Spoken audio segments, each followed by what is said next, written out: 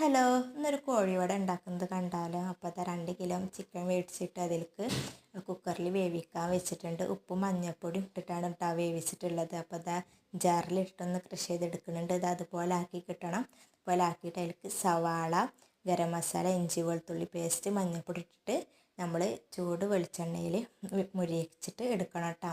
അങ്ങനെ അതാ നന്നായി കുറച്ച് നേരം നമ്മൾ ഇതിന്മേൽ മെനക്കിടണം. എന്നാലും നന്നായി മുരിഞ്ഞ് കിട്ടണം. എന്നാലും നമ്മൾക്കിത് കുറച്ച് കാലമൊക്കെ ഇരിക്കുള്ളൂ കേട്ടോ. നന്നായി മുരിഞ്ഞ് കിട്ടിയാൽ അതുപോലെ നല്ല നന്നായി മുരിഞ്ഞ് കിട്ടണം കേട്ടോ. എന്നിട്ട് അപ്പോൾ ചൂടാറിയതിൻ്റെ ശേഷം നമുക്ക് മൈദമാവ് കുഴച്ച് ഒരു 5 മിനിറ്റ് റെസ്റ്റ് ചെയ്യാൻ വെക്കണം കേട്ടോ. എന്നിട്ട് നമ്മൾ ചപ്പാത്തിനെക്കാട്ടും കുറച്ച് വലുപ്പത്തിൽ പരത്തി എടുത്തിട്ട് ഇതുപോലെ ചെറിയ മൂടിൽ ഇങ്ങനെ റൗണ്ട് ഷേപ്പിൽ ഇങ്ങനെ ആക്കി എടുത്തിട്ട് നമ്മൾ ഉണ്ടാക്കി വെച്ച കോഴി മൊരിച്ചത് ഇതിലേക്ക് ഇങ്ങനെ നിറച്ച് ഫില്ല് ചെയ്ത് വെച്ചിട്ട് ഒട്ടിച്ചിട്ട് മുടഞ്ഞെടുക്കണം കേട്ടോ. അതാ ഇത്രയും ഞങ്ങൾ ഇരുന്നിരിപ്പിൽ ഉണ്ടാക്കിയെടുത്തിട്ടുണ്ട്.